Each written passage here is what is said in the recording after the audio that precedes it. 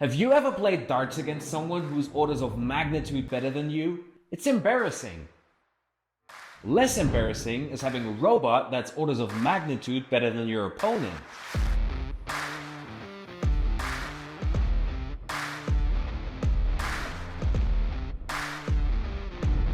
What is the motivation to build a dart robot? How do you engineer something like this? Can it dominate in a real match? And will it be able to score a perfect 180? This and more in this video. I am sure many of you have seen Mark Rober's automatic dartboard. It uses a vision system to locate flying darts in the air, fits a parabolic trajectory to them, and then moves the board to always score a bull's eye. Now, I remember a family night out at a local bar that had a dartboard right next to our table, and we decided to give it a try. Starting into the game, I quickly recognized that I had one significant opponent, my mom. So as she made the darts rain and hit the triple 20s one after another, I quickly realized that there was no conventional way for me to be better than her. So I thought about an automatic dartboard, but come on. That's cheating. The goal is to throw precisely and not just move the board. But the thing about technology is, it's much like recycling. You can often bring back something old to solve a new problem. Some of you might have seen my video on the beer pong robot I built a while ago. For those of you who didn't, here's a quick recap. I built a robot that consisted of two towers, a continuously rotating arm, and another mechanism that allowed the towers to turn around their own axis. After identifying a problem with the natural frequency of the arm and solving it using moving weights, I could hand the robot a ping pong ball and completely dominate every beer pong game against my friends.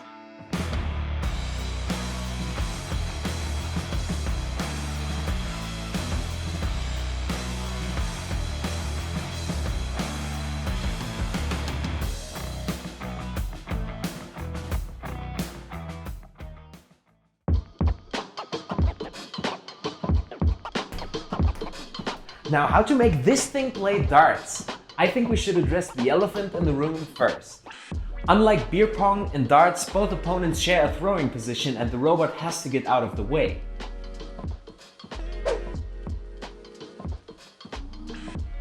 This is a linear axis I built. It allows me to drive the robot sideways. The robot simply slides on the rail using those rollers I engineered. It is now free to move in this direction. Adding a belt and another motor allows the robot to drive on the rail autonomously.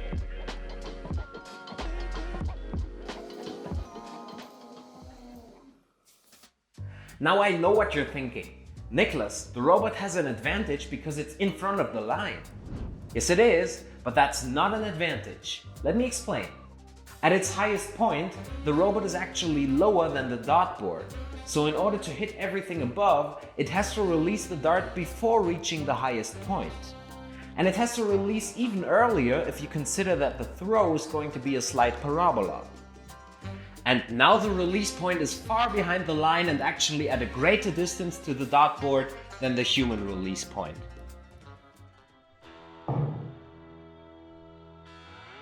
Let's start the robot and give it a try. Okay, one more thing before we start.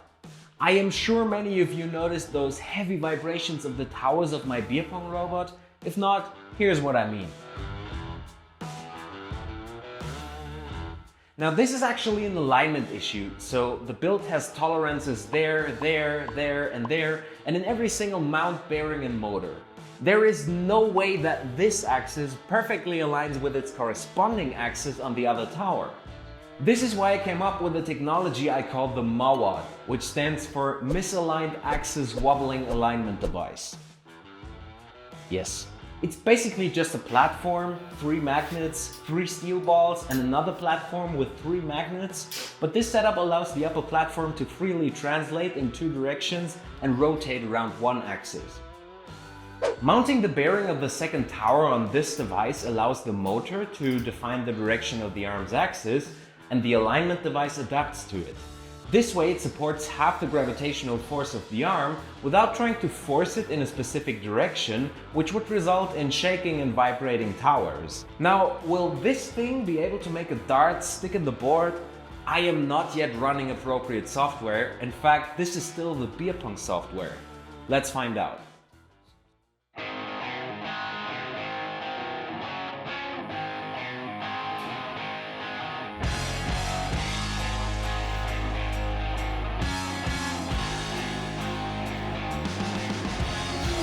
Yes!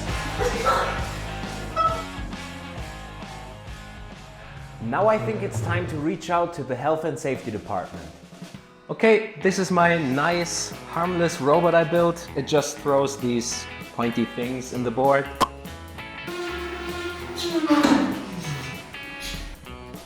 What do you think?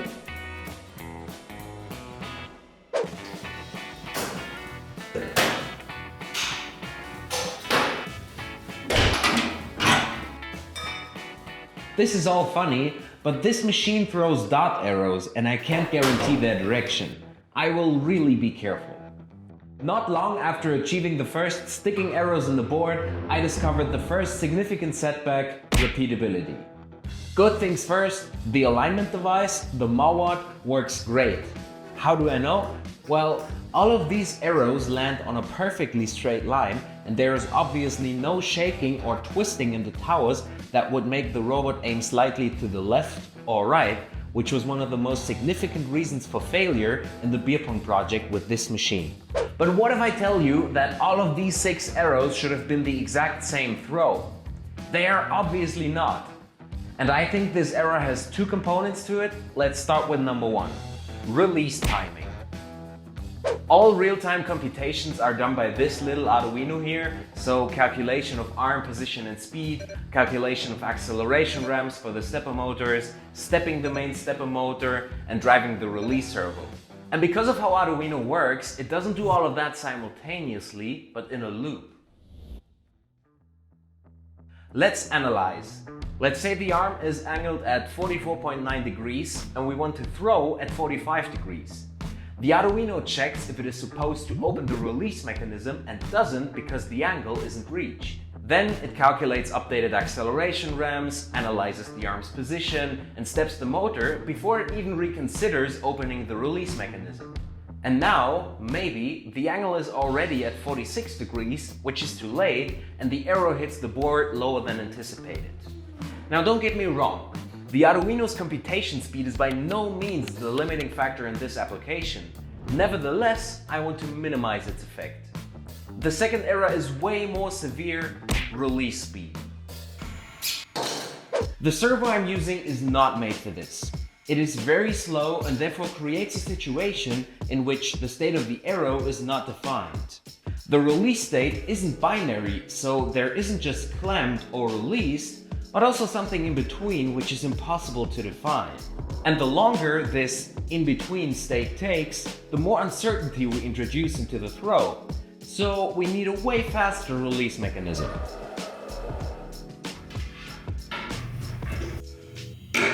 Did you see that?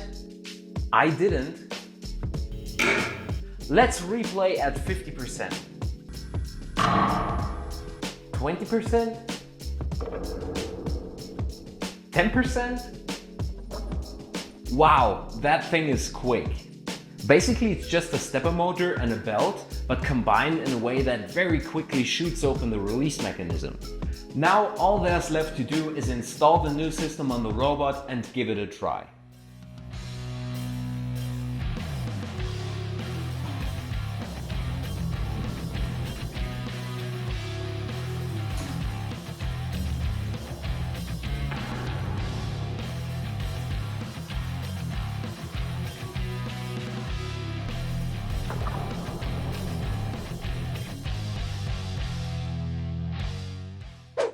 Now I feel like I owe you an explanation.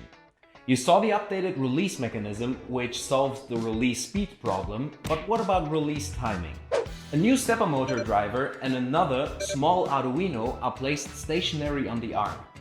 That means they rotate, And that means I have to provide 5 volts for the Arduino and 24 volts for the stepper motor through the slip ring of the arm. Also connected to the rotating Arduino is a sensor that opens the electrical circuit if a magnet is placed in front of it. Now the following happens. When the arm reaches its final rotation speed, the main controller sends an OK signal to the controller on the arm, allowing it to open the release mechanism whenever it wants. And now we have a dedicated controller for release timing, which shoots open the release mechanism exactly when the magnetic sensor is in front of this magnet. And this is how I got repeatability from this to this. In the beer pong project, the robot didn't know if it hit the target it aimed for, and I had to apply offsets manually so that it scores next time. I wanted to have this automated for the dot project, but then I realized commercially available dot scoring systems are super expensive, so I had to do it myself. Step 1. Buy super cheap webcams from Amazon and clip off any stands or fasteners. Step 2. Print housings for the webcams and mount them on the backboard so that they see the dot board from the top and from the left. Step 3. Employ a friend who helps you throw 1000 dot arrows and take pictures of them.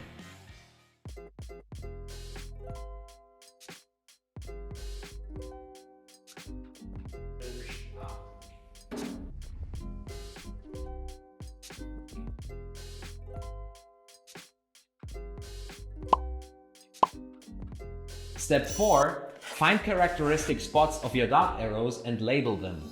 For those of you wondering, this is equivalent to drawing 5,200 boxes by hand.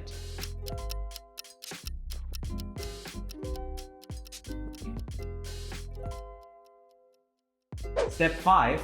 Train a neural network for object detection to automatically find those characteristic spots in new pictures. Dart. Dart. Dart. Step 6. Write software that extracts the position of the detected features from the images and feeds them into vector calculations to generate the intersection point of the arrow with the dot board. Step 7. Transform the intersection point to polar coordinates and map it to the corresponding dot score. As a result, we have a system that can automatically detect dot arrows and maintain the scoreboard during a match. It has some limitations, for example, if arrows fully occlude each other, but for the time and energy invested in this, it works great and was extremely fun to build. But how will this help us with the dot robot? All we have so far is a robot that can reliably hit a random spot on the dot board. But to hit the place we want precisely, we need some fancy algorithms to map the arm's rotation speed to the intersection height on the board. And spoiler alert, the relationship is far from being linear. To understand the approach I finally went with, let's try to visualize every factor influencing the trajectory first. Yes, that's what I thought.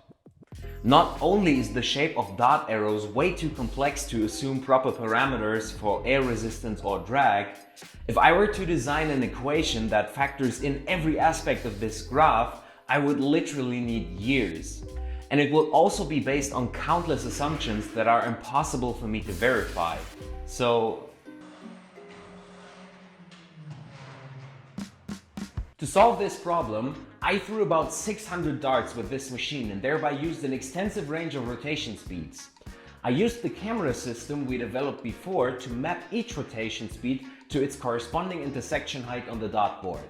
And what I ended up with is something like this.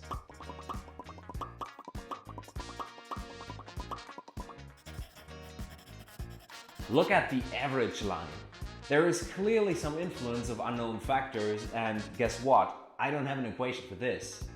The color of the dots shows the repeatability of the specific rotation speed. So this speed gives very repeatable results, and this one scatters terribly. Now, what I do is I pre-select all speeds that result in an average intersection height close to my target. And from this pool, I select the greenest, so the most repeatable speed. And that's literally it. And it works.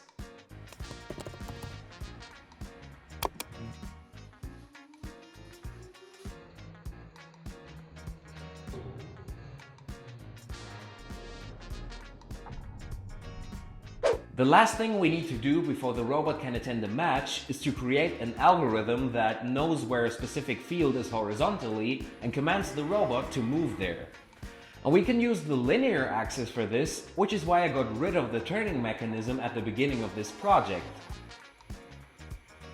And now, onto the match.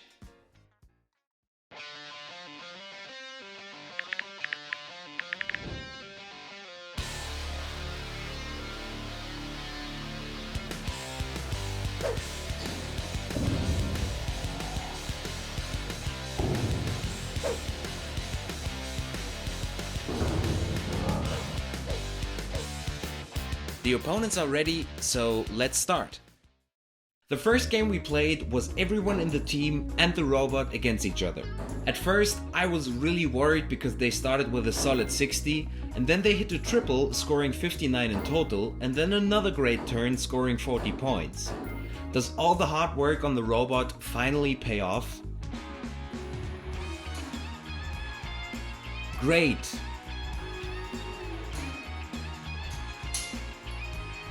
Great!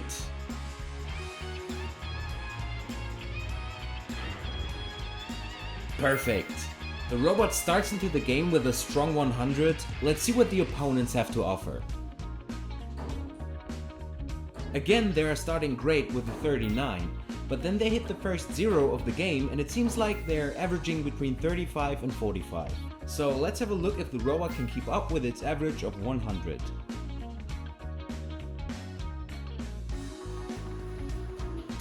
Triple 20. And the best thing about the camera system is it knows exactly where the arrow hit the board and commands the robot to slightly move over when targeting triple 20 again. Now, even though I was slightly disappointed with the triple 20 scoring on that day, the robot kept an average of about 100 throughout the whole game. When no one was even close, the robot had the great opportunity to hit double 20 as its finish, but it missed, leaving double 10.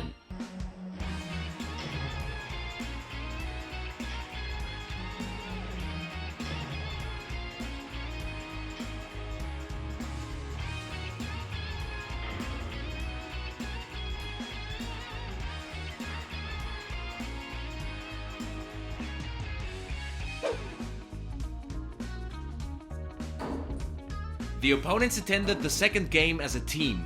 They started with a 35 and then it was the robot's turn. As I said before, there was a rather poor performance on triple 20 that day, which I later discovered was a temperature issue. This is why I targeted triple 19 from now on, which worked much better. Later in this video, I will show you what a usual triple 20 performance looks like. Long story short, the robot was great. Even though it wasn't the robot's best performance I witnessed, it scored an average of about 100. And more important than the scoring itself is that me and my friends had a lot of fun with the machine. It was so funny that I entrusted my good friend to type in the command in the robot control software.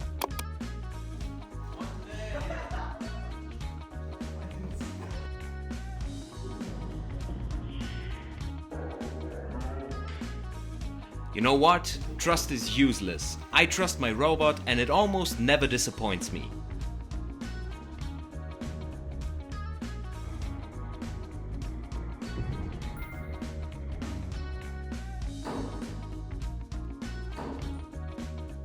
Now the robot is at 113, a complicated finish that starts with triple 19, which it miserably failed at. It still managed to get to a 54 finish, which it started with a 14, leaving double 20.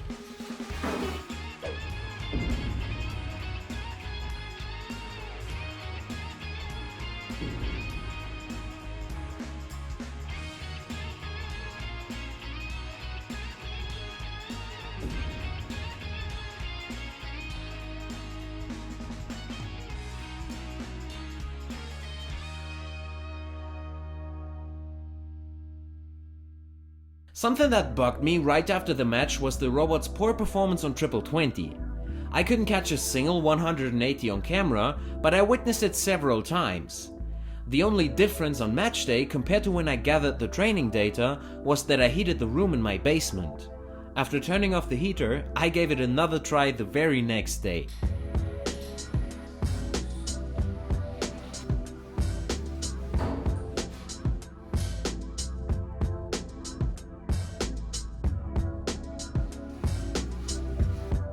What you're seeing is the first try on that day. Obviously, the robot is very sensitive to temperature changes.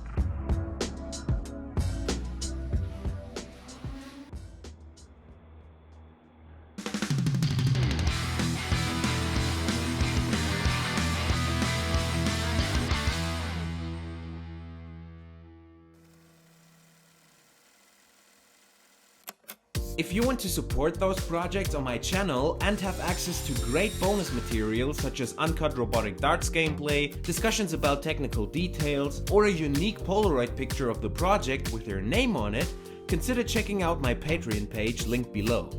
Thank you very much for watching and see you next time.